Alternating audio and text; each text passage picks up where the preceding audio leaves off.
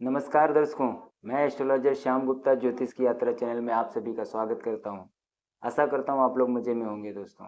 और आप लोग ने पिछली जो मैंने वीडियो बनाई थी कि सूर्य उच्च का क्यों होता है, वो आपने बहुत मन से देखा होगा। आज हम बात करेंगे, विषय तो मैं लाया हूं चंद्रमा उच्च क्यों होता है दूसरे घर में, पहले से लेके सब 12 घरों की परिभाषा में बताऊंगा दोस्तों। बहुत आसान सी भाषा, आसान शब्दों में सिखाऊंगा दोस्तों। तो इसके बारे में बात करें, लेकिन आज कुछ बातें जो पीछे रह गई थी उसके बारे में बताऊंगा कि सूर्य को उच्च का जो बोलते हैं तो क्यों बोलते हैं। तो जैसे सूर्य सुबह ईस्ट से निकलता है और ये जाके यहाँ पे दिन भर कहाँ रहता है, साउथ में, और पश्चिम में डूब जाता है। तो ये जो साउथ का 10वां घर बताया गया है, यहाँ मंगल का घर बताया गया है, मंगल उच्च का, ये मकर राशि है। ऐसे देखेंगे तो मकर राशि है। मकर राशि, मकर संक्रांति में जब सूर्य जो है, ठंडी का दिन होता है तो सूर्य बहुत जो है पीछे चला जाता है, मतलब सन से पीछे चला जाता है। ग्लोबली जो देखेंगे, जैसा खान सर बताते हैं कि जो है पृथ्वी यहाँ है और सूर्य यहाँ है।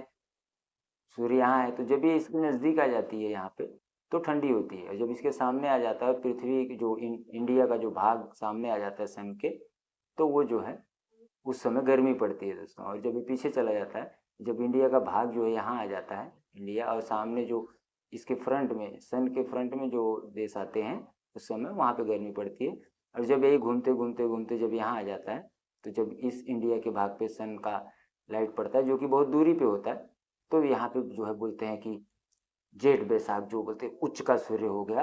तो वही अप्रैल के महीने में 14 अप्रैल के बाद 14 मई तक वो जो है उच्च का सूर्य होता है दोस्तों। और उसी को बोला जाता है कि उस समय जो बच्चा पैदा होता है उसके अंदर सूर्य का प्रभाव होता है। एक एक फार्मूला ये भी था दोस्तों, तो इसको भी आप समझिए कि सूर्य उच्च का क्यों होता है। और मकर राशि में जब चला जाता है, पीछे जब शनि की राशि में चला जाता है, तो उस समय मकर संक्रांति होती है, जब हम खिचड़ी उचड़ी मनाते हैं।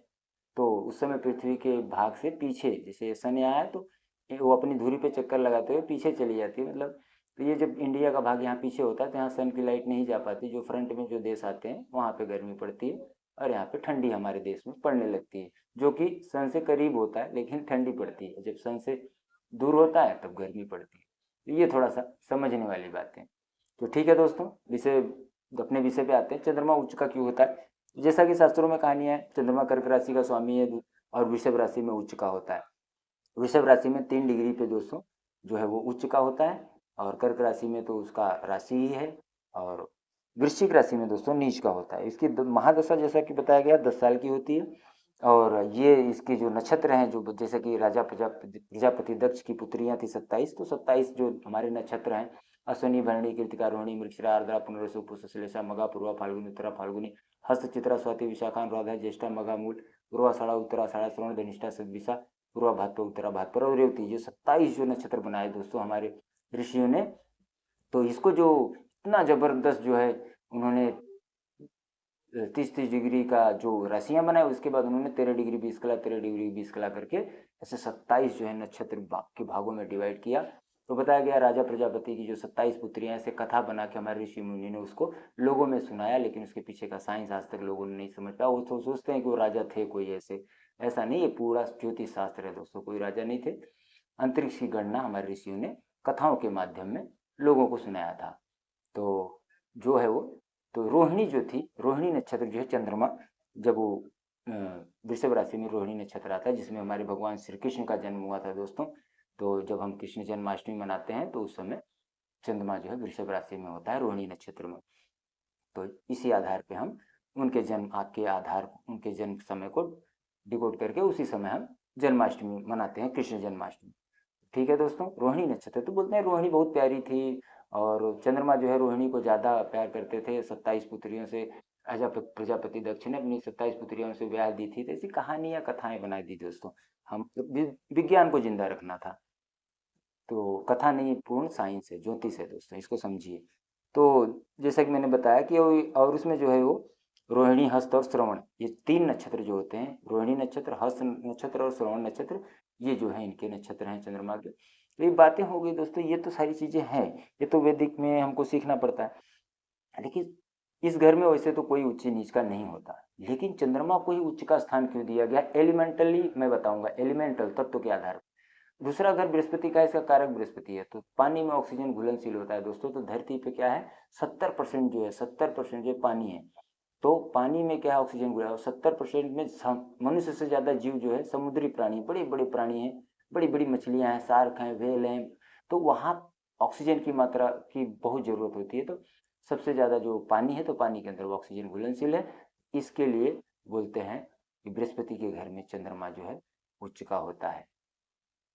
ये जो है दूसरे घर में बृहस्पति जहाँ कारक है, तो पानी में जो है, पानी में बृहस्पति जो है वहाँ उच्च का होता है। और चंद्रमा जो है दूसरे घर में, क्योंकि वो कारक है यहाँ का, तो इसके लिए यहाँ उच्च का बोला गया है दोस्तों। जैसे कि बोलते हैं जब धरती पे कुछ नहीं था, तो क्या है, जब धरती बनी तो उस समय ऑक्सीजन जो है, ऑक्सीजन ही थी। तो ऑक्सीजन का पिघला हुआ रूप जो है पानी है। अब चंद्रमा क्या है, पानी है। तो ऑक्सीजन का जो पिघला हुआ रूप है वही जो है पानी है। और जब ठंडी हवा चलती है तो वो बृहस्पति होता है, जो अच्छी हवा, जो बहुत अच्छी सुहानी लगती है। और जब वही शीतलहर चलने लगती है ठंडियों के दिनों में, तो देखो कि उस समय सूर्य नहीं रहता और चंद्रमा और बृहस्पति जो है कमजोर पड़ जाते हैं, और शनि अपना प्रकोप मचाता है, और मनुष्यता के ऊपर हानि होती है, लोगों के खून ब्लड जम जाते हैं, और बहुत ठंडी लगती है। तो आग के पास जो है हम आग, मतलब मंगल का सहारा लेते हैं, आग मंगल है। देखो ना कैसे यूनिवर्स काम कर रही है, तत्व के आधार पे आपको ग्रहों को समझना है दोस्तों। तो ठंडी पड़ती है तो शीतलहर चलती है, तो हड्डी में जो है लगती है। इसलिए जो है हम उससे बचने के लिए शनि से हम, अब चंद्रमा अकेला पड़ जाता है, सूर्य का पता नहीं रहता, सूर्य ढका रहता है, कोहरा पड़ा रहता है।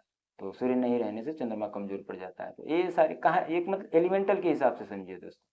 तो इसलिए, और जिसका चंद्रमा मजबूत होता है दोस्तों ना, वो बहुत ज्ञान, बहुत अच्छा ज्ञान ये करते हैं, क्योंकि इनको सर्दी जुकाम होता नहीं, सांस फेफड़ा अच्छा रहता है, बृहस्पति बलवान रहता है इनका। चंद्रमा अच्छा है तो बृहस्पति समझो अच्छा ही है। और इनको जुकाम, डस्ट, एलर्जी वगैरह नहीं होती। तो ये व्यक्ति जो है असीम ज्ञान प्राप्त करता है। जिसका अच्छा चंद्रमा होता है असीम ज्ञान प्राप्त करता है। जिसका खराब होता है दोस्तों, तो वो उम्र में ठोकर खा खा के सीखता है। कहने का मतलब चंद्रमा खराब का मतलब है कि वो उम्र में बहुत ठोकर खा खा के, एक उम्र के 40-45 साल होने के बाद चंद्रमा उनको सुफल देने ही लगता है, बहुत ठोकर खिलाता है। इसलिए चंद्रमा अगर खराब है तो उसको पहले से उपाय करके उसको ठीक किया जाता है। तो ज़्यादा घबराने की जरूरत नहीं है दोस्तों। तो चीज़ों को समझिए। अगर कुंडली में आपके चंद्रमा खराब है तो माता को दुख मिलेंगे, पैसे से संबंधित पैसा कमी रहेगी, डेली इनकम खराब होगा, चंद्रमा डेली इनकम है। ये सारी चीज़ों को आप लोग समझिए। तो बस यही था चंद्रमा की परिभाषा, जो थी कि चंद्रमा क्या है। और यहाँ कोई दूसरे घर में कोई उच्च नीच का नहीं होता दोस्तों, यहाँ चंद्रमा कोई उच्च का बताया गया है। और पहले घर में के बारे में मैंने सूर्य के बारे में बता दिया। अब अगले बारे में बताऊंगा तीसरे घर में राहु उच्च का क्यों होता है। तो मिलते हैं दोस्तों अगले वीडियो में, तीसरे घर के बारे में बताएंगे आपको। तो चलिए दोस्तों, धन्यवाद। मिलते हैं अगले वीडियो में।